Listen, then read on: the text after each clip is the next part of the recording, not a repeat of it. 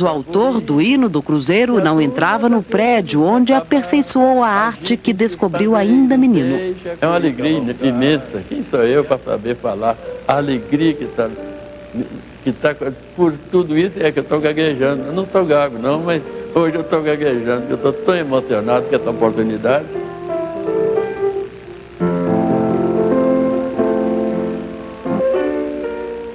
Para fazer um hino para Cruzeiro tem que ser mesmo um grande poeta, né? Então eu não tinha essa pretensão. Acontece que a marchinha agradou e passou a ser cantada nos auditórios das rádios, que quando a Daí Fito tinha um programa ali na Rua São Paulo, e tinha aquela brincadeira, a turma do Cruzeiro, a turma do Atlético, a turma do América, aquela brincadeira, e isso foi caindo, assim, vamos dizer, no gosto popular. De maneira que eu costumo dizer que essa música veio de Deus. Existe um grande clube na cidade. Oh, meu pai, eu sou Cruzeiro, meu pai. Oh, meu pai. Aquele jogo foi o marco de todo o progresso do Cruzeiro. O senhor teve que fazer alguma manobra extra-campo? Não. Jogo limpo, sem nenhum arranhão. O Cruzeiro ganhou aqui de 6-2. Primeiro tempo estava 5-0. Ora, ganhar do Santos, com Pelé, Coutinho, Mengalve, Zito e outros, de 5-0 no primeiro tempo não era façanha para qualquer um, não. Quando terminou aqui no Mineirão, estava 5-0 no primeiro tempo, parecia que nós estávamos sonhando. Nem mesmo nós não acreditávamos. Quando terminou o primeiro tempo, quando fomos para o vestiário, a própria torcida que tinha lá, 100 mil pessoas, está tudo calado. Assim, pô, será que estamos sonhando? Existe um grande clube na cidade. O Brasil todo reconheceu que havia um time em Minas Gerais, um time excepcional, porque nós ganhamos do Santos 2 partidas, o Santos era a melhor equipe do mundo, com Pelé e a turma toda. O Cruzeiro ganhou de 6-2 no Mineirão, primeiro tempo 5-0, quer dizer, uma coisa inesquecível. E depois em São Paulo, perdi o primeiro tempo por 2-0 e virou, ganhamos 3-2 dentro no Pacaembu do Santos. Então isso foi um acontecimento nacional, né? Quer dizer, o Cruzeiro passou a ser um time querido no Brasil todo, valorizado, e era realmente um grande time. Eu me lembro que nos 2-0 o Pelé pegou uma bola, meteu um chutaço, ela pegou na trave, a trave está balançando até hoje. E saiu fora, não foi gol, né? Então ficou 2-0. Daí a pouco o Cruzeiro perde um pênalti. A primeira coisa que veio na minha cabeça foi o seguinte: agora eu tenho que fazer outro. Eu tenho que jogar muito mais do que eu estou jogando. Eu acho que um jogador de brio, quando tem um momento ruim, ele tem de crescer em campo, né? Eu acho que esse tipo de reação, tipo de personalidade define muito um grande jogador de um jogador comum. Eu acho que para ser um grande jogador de futebol não basta apenas ter técnica, né? Tem que ter vontade, tem que ter garra, brio. E foi o que eu senti. Eu falei, agora eu tenho que fazer alguma coisa importante, né? Então, eu comecei a jogar muito mais depois que perdi o pênalti. Aí fiz um gol de falta, e não só eu, o Cruzeiro todo cresceu em campo, empatamos o jogo. E interessante, quando o Cruzeiro fez 2-2, já dava o título para o Cruzeiro. Eu estava lá no meio do povão, lá na arquibancada, gritando para acabar o jogo, porque o Santos pressionando, um jogo terrivelmente difícil. Daí a pouco o Tostão vai na linha de fundo, dribla todo mundo, dá para trás, o Natal vem e faz um terceiro. Aí eu gritei, continua. Nós fizemos 9 gols no time de Pelé em 2 jogos. Quer dizer, não era para qualquer equipe, não era para qualquer ataque. E aconteceu. E aquilo sempre eu me recordo, eu gosto de pegar a revista e vejo, assim, leio, inclusive, os lances em relação a isso. Mas é uma coisa que realmente a gente se emociona um pouco. Se o Cruzeiro dos anos 60 conquistou o coração de milhares de torcedores, a Raposa dos anos 70 também teve um brilho especial. Em 73, o time mineiro inaugurou a Toca da Raposa, um centro de treinamento ultramoderno para os padrões da época. Foi ali que a torcida viu surgir um Cruzeiro tão brilhante como o de Tostão e de Seu Lopes. Aí a gente já estava entendendo mais de futebol, né? Porque eu acho que esse lance de reverenciar o Dirceu Lopes, o Tostão, Evaldo, foram jogadores que a gente meio que não viu muito jogar, né? Quando a gente começou a entender um pouquinho de futebol, eles já estavam... O Tostão teve uma saída prematura do futebol por causa do problema do olho. Então ele saiu em 71, 72, a gente tinha 5 anos de idade. Então a gente sabia, né, que tinha que reverenciar mais por uma coisa quase que religiosa, né? De passar assim da família, da imprensa, dessa coisa da cultura mesmo, do futebol mineiro. Então, olha, limpa a boca antes de falar o nome do Tostão, né? Tem esse negócio meio assim, meio quase que religioso. Acho que um jogador, para uma criança, para um garoto que gosta de futebol, né? Tem lá seus 8, 9 anos, não existe muita distinção entre ele e o Super-Homem, e o Capitão América, né? O jogador é o super-herói, né? Eu me lembro de me identificar, de gostar muito da figura do Nelinho, assim, que era emblemática nesse time do Cruzeiro da Libertadores. Era um exímio batedor de faltas, era um cara que tinha uma postura de liderança dentro do campo e fazia sucesso com as mulheres. E eu, quero ser igual o Nelinho quando eu crescer.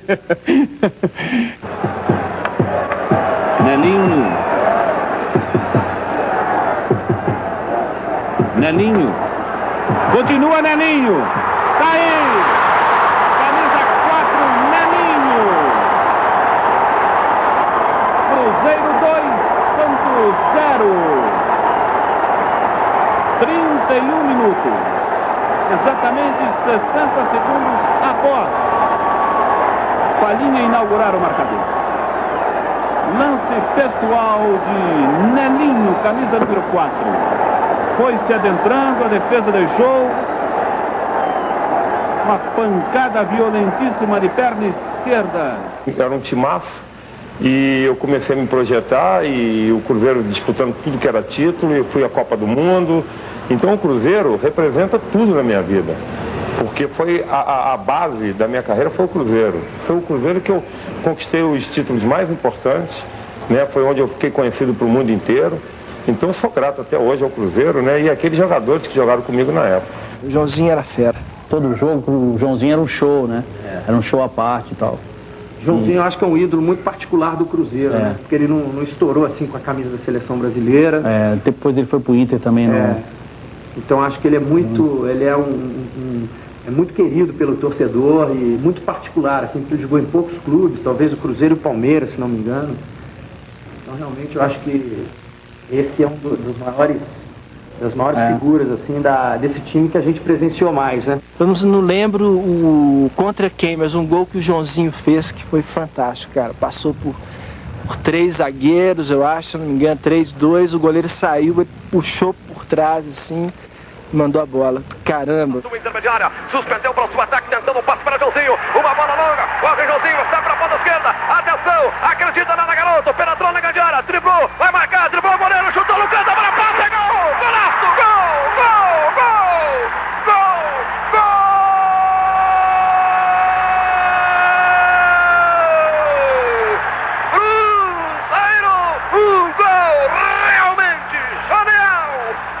Meu pai era motorista de um diretor do Cruzeiro, era o senhor Carlos de Fudete, que foi presidente também do Cruzeiro. Então meu pai um dia chegou para ele e falou: senhor Carlos de Fudete, eu tenho um filho que joga bola mais ou menos, tem jeito de o senhor dar uma aval para mim? E aí ele foi, deu uma assinatura dele, eu fui treinar. E aquilo foi, eu fui treinar e é uma coisa que deu certo. Joãozinho, rodou de Caçapava, tem Figueroa, tem ângulo atirando, marcando o Joãozinho. Ele rodou de Caçapava, ele tinha ângulo, quando o Manga foi fechar. Joãozinho, 21 minutos e 30, marca para o Cruzeiro, 3 Cruzeiro, 1 Internacional no Mineirão.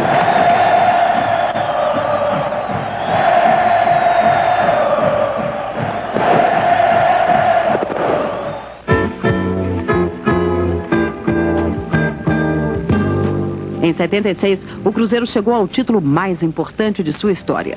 A Taça Libertadores da América era um título ambicionado pelos principais times e que não era conquistada desde 63, com o magnífico Santos de Pelé. O adversário do time mineiro na final foi o River Plate, uma das mais tradicionais equipes do futebol argentino. No primeiro jogo, disputado no Mineirão, deu Cruzeiro 4-1.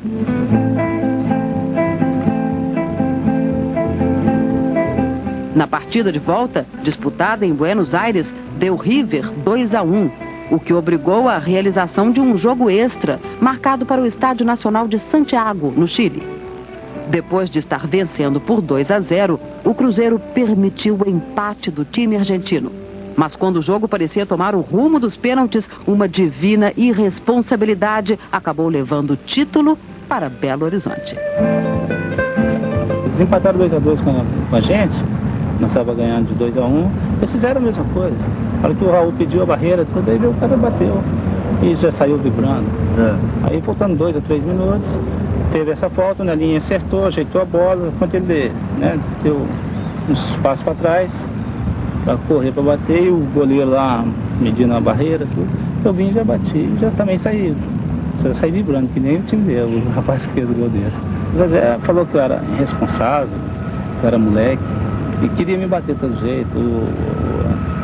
O Urlete que entrou no meio, não deixou. Não sei qual a razão dele ficar tão nervoso comigo. Ele falou que era moleque. O Nelinho, aí, se for analisar hoje, eu vejo, tem sentido que o Nelinho era o maior cobrador do mundo, de todo tempo, né, no futebol. Ali da grande área dele, o Nelinho não errava. E você imagina se eu perco. A conquista de 76 foi uma conquista de muita união, de muita amizade e de muito respeito entre o grupo. E ao mesmo tempo, foi uma conquista muito importante e ao mesmo tempo uma conquista com uma certa tristeza. Porque nesse caminho nós tivemos a infelicidade de perder, né, o nosso amigo Roberto Batata no acidente de automóvel. Logo depois da perca do Roberto Batata, nós tivemos a oportunidade de jogar contra a equipe do Aliança, que praticamente, quando nós estivemos em Lima, nós jogamos contra ele, contra essa equipe, o Aliança, e o Batata tinha tido assim, uma tarde muito feliz e tinha feito 1 gol ou 2 gols nessa partida. E, na volta, né, quando nós chegamos, o Roberto foi viajar e teve a infelicidade, né, do acidente de carro, onde ele faleceu. E não foi um pacto, foi uma coisa divina, tá entendendo?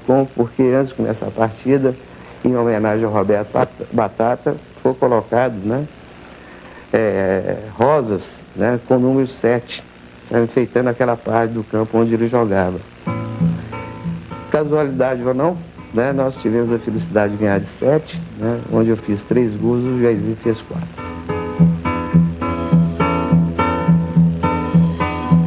Nós queríamos um título mundial, né, e seria merecido.